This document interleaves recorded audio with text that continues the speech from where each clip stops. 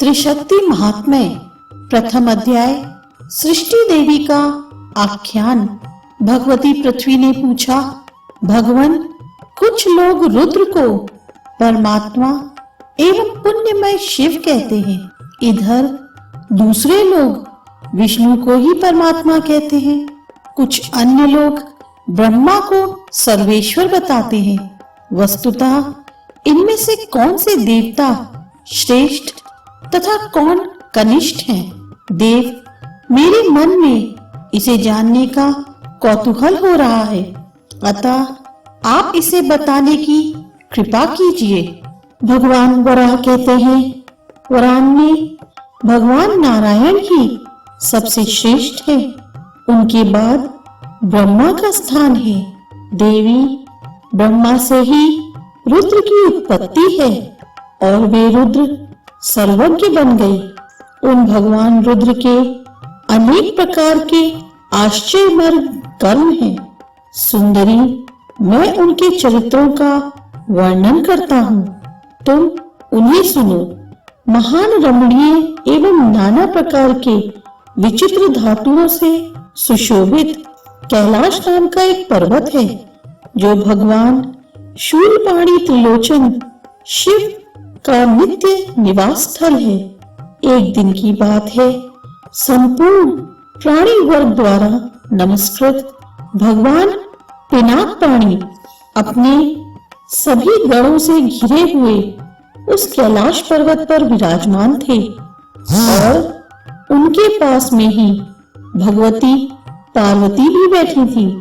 इनमें से किन्हीं गणों का मुंह सिंह के समान था और वे सिंह की ही भांति गर्जना कर रहे थे। कुछ गण हाथी के समान मुख वाले थे, तो कुछ गण घोड़े की मुखाकृति के और कुछ के मुख सूस जैसे भी थे। उनमें से कितने तो गाते, नाचते, दौड़ते और ताली ठोकते, हंसते, खिलखिलाते, गरजते और मिट्टी के ढेलों को उठाकर परस्पर लड़ रहे थे। कुछ बल के अभिमान रखने के वाले गण मल्ल युद्ध के नियम से लड़ रहे थे। भगवान रुद्र का देवी पार्वती के साथ हास विलास भी चल रहा था। इतने में ही अविनाशी ब्रह्मा जी भी देवताओं के साथ वहां पहुंच आए। उन्हें आया देखकर भगवान शिव ने उनकी विधि पूर्वक पूजा की और उनसे कहा, ब्राह्मण, आप इस समय यहाँ कैसे पधारे और आपके मन में ये घबराहट कैसी है?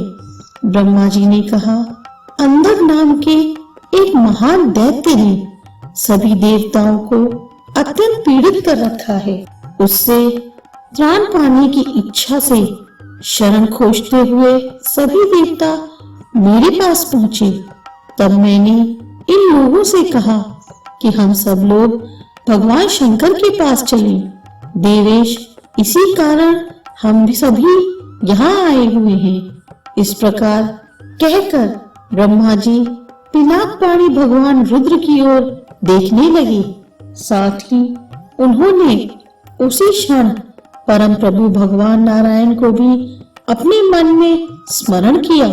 बस तत्क्षण भगवान नारायण, ब्रह्मा एवं रुद्र इन तीनों देवताओं के बीच में विराजमान हो गए।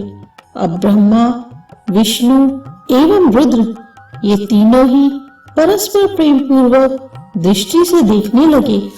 उस समय उन तीनों की जो 3 प्रकार की दृष्टियां थीं, अब एक रूप में परिणत हो गई और इससे तत्काल एक कन्या का प्रादुर्भाव हुआ, जिसका स्वरूप परम दिव्य था। उसके अंग नीले कमल के समान श्यामल थे तथा उसके सिर के बाल भी नीले, घुंघराले एवं मुड़े थे। उसकी नासिका, ललाट और मुख की सुंदरता असीम थी। विश्वकर्मा ने शास्त्रों में जो अग्निलिंग के अंग लक्षण बतलाए हैं, वे सभी लक्षण सुंदर प्रतिष्ठा पाने वाली उस कुमारी कन्या में एकत्र दिखाई देते थे। अब ब्रह्मा, विष्णु तथा महेश्वर इन तीनों देवताओं ने उस दिव्य कन्या को देखकर पूछा, शुभे, तुम कौन हो और विज्ञानमयी देवी तुम क्या करना चाहती हो? इस पर शुक्ल, कृष्ण एवं रक्त इन तीन वर्णों से सुशोभित उस कन्या ने कहा, देवश्रेष्ठों, मैं तो आप लोगों की दृष्टि से ही उत्पन्न हुई हूँ। क्या आप लोग अपने से ही उत्पन्न अपनी परमेश्वरी शक्ति मुझ कन्या को नहीं जानते? इस पर ब्रह्मा आदि तीनों देवताओं ने अत्यंत प्रसन्न होकर उस दिव्य कुमारी को वर दिया, देवी, तुम्हारा नाम त्रिकला होगा, तुम विश्व की सर्वदा रक्षा करोगी। महाभागे, गुणों के अनुसार तुम्हारे अन्य भी बहुत से नाम होंगे और उन नामों में संपूर्ण कार्यों को सिद्ध करने की शक्ति होगी।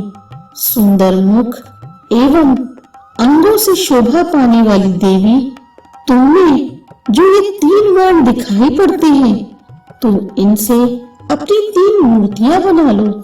देवताओं के इस प्रकार कहने पर उस कुमारी ने अपने श्वेत, रक्त और श्यामल रंग से युक्त तीन शरीर बना लिए।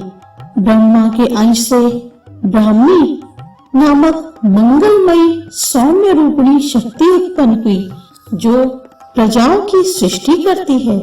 सूक्ष्म कटिभाग, सुंदर रूप तथा लाल वर्ण वाली जो दूसरी कन्या थी, वह वैष्णवी कहलाई। उसके हाथ में शंख एवं चक्र सुशोभित हो रहे थे।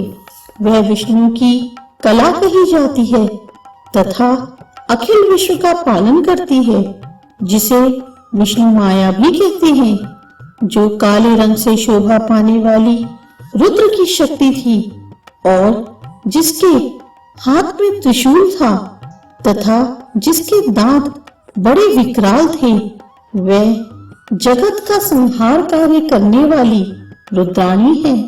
ब्रह्मा से प्रकट हुई श्वेत वर्ण वाली कन्या विभावरी कहलाती है। उस कुमारी के नेत्र खिले हुए कमल के समान सुंदर थे। वे ब्रह्मा जी के परामर्श से अंतर्धान होकर सर्वज्ञता प्राप्त करने की अभिलाषा से श्वेतगिरी पर्वत पर तपस्या करने के लिए चली गई और वहां पहुंचकर उसने तीव्र तप आरंभ कर दिया। इधर जो कुमारी भगवान विष्णु के अंश से अवतरित हुई थी, वह भी अत्यंत कठोर तपस्या करने का संकल्प लेकर मंदराचल पर्वत पर चली गई। तीसरी जो श्यामल वर्ण की कन्या थी तथा जिसके नेत्र बड़े विशाल और दाढ़ भयंकर थे तथा जो रुद्र के अंश से उत्पन्न हुई थी, वह कल्याणमयी कुमारी तपस्या करने के उद्देश्य से नीलगिरी पर चली गई।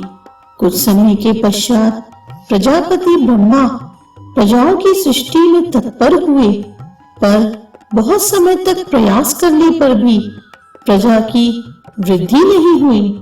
अब वे मन ही मन सोचने लगे कि क्या कारण है कि मेरी प्रजा बढ़ नहीं रही है। सुव्रते, अब ब्रह्मा जी ने योगाभ्यास के सहारे अपने हृदय में ध्यान लगाया तो श्वेत पर्वत पर स्थित सृष्टि कुमारी की तपस्या की बात उनकी समझ में आ गई। उस समय तपस्या के प्रभाव से उस कन्या के संपूर्ण पाप दग्ध हो चुके थे। फिर तो ब्रह्मा जी कमल के समान नेत्र वाली वह दिव्य कुमारी जहाँ विराजमान थी, वहां पहुंचकर उस तपस्वी दिव्य कुमारी को देखा और साथ ही वे ये वचन बोले, कमनीय कांति वाली कल्याणी, तुम प्रधान कार्य की अवहेलना करके अब तपस्या क्यों कर रही हो? विशाल नेत्रों वाली कन्यके, मैं तुम पर प्रसन्न हूँ, तुम वर मांग लो। सृष्टि देवी ने कहा, भगवान, मैं एक स्थान पर नहीं रहना चाहती, इसलिए मैं आपसे यह वर मांगती हूँ कि मैं सर्वत्र गामिनी बन जाऊं। जब सृष्टि देवी ने प्रजापति ब्रह्मा से ऐसी बात कही, तब उन्होंने उससे कहा, देवी, तुम सभी जगह जा सकोगी तथा सर्वव्यापिनी होगी। ब्रह्मा जी के ऐसा कहते ही कमल के समान नेत्रों वाली वह सृष्टि देवी उन्हीं के अंग में लीन हो गई। अब ब्रह्मा जी की सृष्टि बड़ी तेजी से बढ़ने लगी और वे शीघ्र ही उनके 7 मानस पुत्र हुए। उन पुत्रों से भी अन्य संतानों की उत्पत्ति हुई। इसके बाद स्वदेज, उद्दिज, जरायुज और अंडज, इन 4 प्रकार के प्राणियों की उत्पत्ति हुई। फिर तो चर अचर प्राणियों की सृष्टि से यह सारा विश्व ही भर गया। यह संपूर्ण स्थावर जंगात्मक जगत तथा सारा वाणमय विश्व, इन सब की रचना में उस सृष्टि देवी का ही हाथ है। उसी ने भूत, भविष्य और वर्तमान, इन तीनों कालों की भी व्यवस्था की।